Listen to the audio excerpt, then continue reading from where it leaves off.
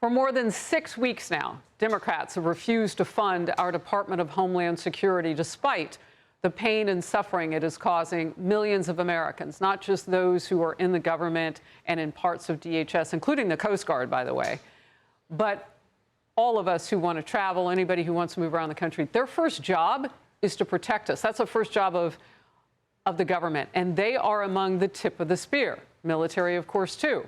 But Homeland Security is in charge of the homeland.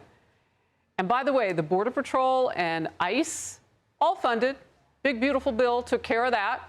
So what are exactly the Democrats fighting for here? They want to defund ICE. They can't do that. It's already done.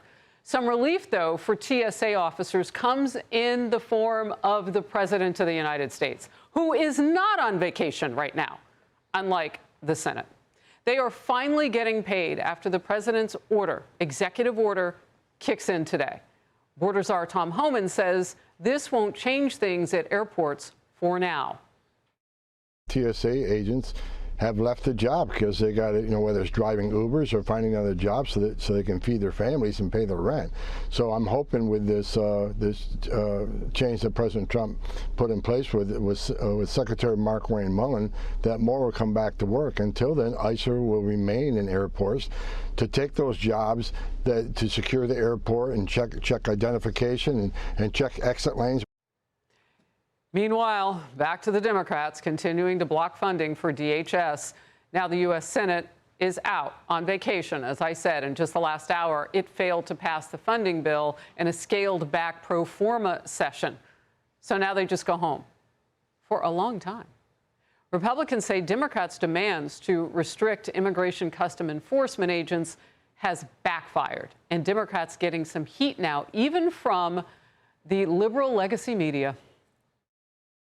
We let people know, number one, that we want to fully fund TSA. We could get rid of these lines at the airports immediately, but we also made clear that we're going to demand reforms of a lawless ICE operation. I guess what's confusing here is you have fought and blocked the funding for the Department of Homeland Security because you object, as you just outlined, to what ICE has been doing, and you wanted to force changes. And yet, the only thing that has been assured throughout all of this is that ICE already has the money. Wow. So do you think any of those lawmakers are shocked that we know that in the media, that we actually can read? Congressional correspondent Bill Melugin is on Capitol Hill. Bill.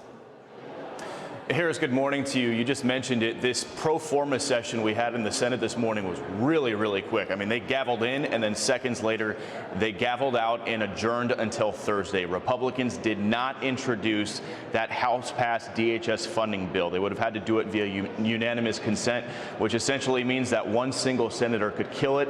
Senator Chris Coons of Delaware was a Democrat senator there on hand. He was ready to kill it, and that's why Republicans say they didn't introduce it. So the bottom line is this DHS shutdown will continue, at least in the short term. The Senate and the House still on recess. In the meantime, we can confirm at least some TSA agents started getting paid today via President Trump's executive order. Our team at Atlanta Airport talked to a handful of TSA agents there who confirmed they did get a paycheck today, though one said his check was short about 30 hours that he had worked. Border Czar Tom Homan says ICE will stay at airports until things start running smoothly again. If less TS agents come back, that means we'll keep more ICE agents there. The president has been clear. He wants to secure those airports, especially, as I said earlier, in an increased threat posture. We need to secure those airports. ICE is there to help our brothers and sisters in TSA. Some Democrats, though, believe that President Trump is breaking the law by going around Congress to pay TSA. You believe that he is violating the law in this interpretation that the White House says they have? Well, it's not that I believe it, it's that I know it, right? I mean, if there's one power that Congress has, it is the power of the purse. Now, this president has, of course, consistently and universally said that he, in fact, has that power. But any American that went through fourth grade civics, no, they should be paid. They should have never been held hostage. And Harris, Border Czar Tom Homan points out that by blocking ICE and CBP funding, Democrats are actually blocking some of the very reforms that they've been demanding. That would include funding for body cameras. We'll send it back to you. Again, we can read I don't know if they think that about us, Bill. Thank you. Congresswoman Kat Cammack, a Republican of the great state of Florida, member of the Energy and Commerce and Agricultural Committees. Great to see you today. Let's just get to the brass tacks. And please don't be offended by this, but y'all have all of our money. And the fact that Democrats have now gotten to the point where they are just dysfunctional, they can't pick us first, any of that, is it time to start cutting paychecks now? Absolutely. It needs to start with the senators. They should not be collecting a paycheck, which members of Congress, both the House and Senate, get paid on a monthly basis, and their check is deposited in the last few days of the month. They right now are collecting a paycheck while our hardworking men of Homeland Security from FEMA, Coast Guard, DHS, collectively, and of course TSA, they're not getting paid.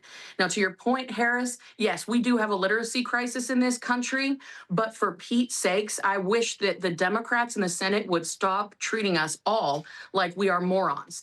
We can read. And if they were to read the bill that they sent over to us, they wanted to withhold the paychecks of ICE, of CBP, Homeland Security investigations, which investigate sex crimes against children.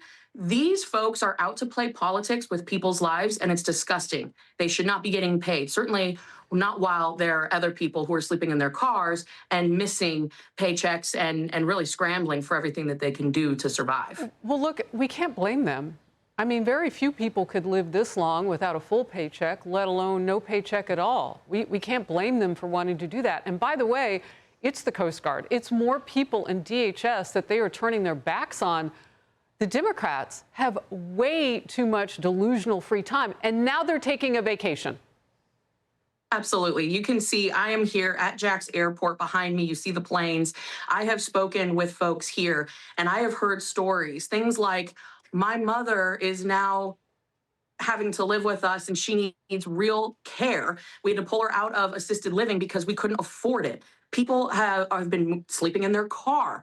They aren't getting paid. They're going to food banks. Here at Jacksonville, the TSA agents have had food banks coming in to help with the daily bills and needs of our families that are on the line here. And so it's just a slap in the face, not just to the workers, but really to all Americans, especially in light of this heightened security threat that we're experiencing. Homeland Security is shut down, and it's because the Senate collectively chose chaos instead of competence. This is 100% on the Senate. They need to get back, do their dang jobs, and cancel their vacations. Look, the president stepped in. Those paychecks begin to flow, we're told, perhaps as early as today. Borders are Tom Homan on Democrats' push to ban ICE agents from wearing masks. That part, and guess who's helped saving the day? ICE. Watch. The same people in the Democratic Congress that want ICE to take off the mask are the same people who say ICE is going to shoot people inside airports. If you want ICE to take the mask off, the threat level has to decrease. It's up 8,000% increase in threats against ICE officers. And that's because a lot of the rhetoric coming from the Hill. Stop calling ICE Nazis and racist. What's your reaction to that? I mean, it's just disgusting.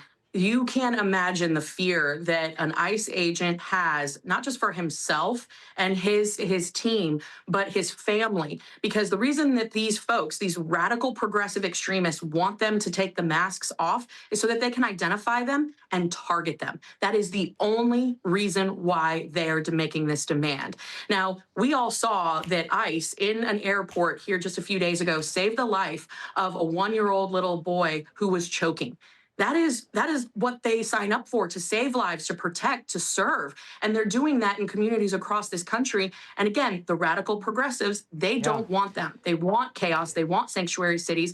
They are willing to defund law enforcement instead of defend Americans. Well, and look, it's about time that we as Americans start pushing back on that. Congresswoman, they're showing us who they all are. And for anybody who had a doubt, and I spent some time across states touring with one of my children to see college campuses, and I talked to a lot of viewers who were all stuck inside airports, particularly Atlanta Hartsfield.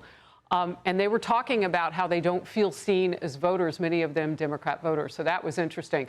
Look, I mentioned I had some personal experience traveling. Atlanta, by the way, finally getting some order inside there. That place, those lines were unbelievable. And I noticed no one complaining about ICE, who was on the job. And they are fortifying and going through the processing situation now. And just talking with them, what I realize is people just want law and order. And they certainly want it when they're boarding planes. So now, as of today, they're doing more than just watching. They're part of that data processing and checking as we get on to airports and go through security. This is huge, and it deflates the Democrats' argument about ICE. Just ironically, they created the disaster, and ICE is part of what's cleaning it up. Absolutely. You know, I have been in the airport recently. Heck, I'm in one now. And I can tell you, standing in the lines, which every member of Congress should, they should absolutely be in the line and understand exactly what every American has to go through. I have watched as ICE has helped maintain order. They've helped move things along. I first and foremost, I would recommend sign up for touchless ID. It helps move things along faster. But the thing that I saw when I was actually getting patted down the other day coming through the screening line, I wish she would have bought me dinner first, but she did. She gave me a pat down. Oh, my.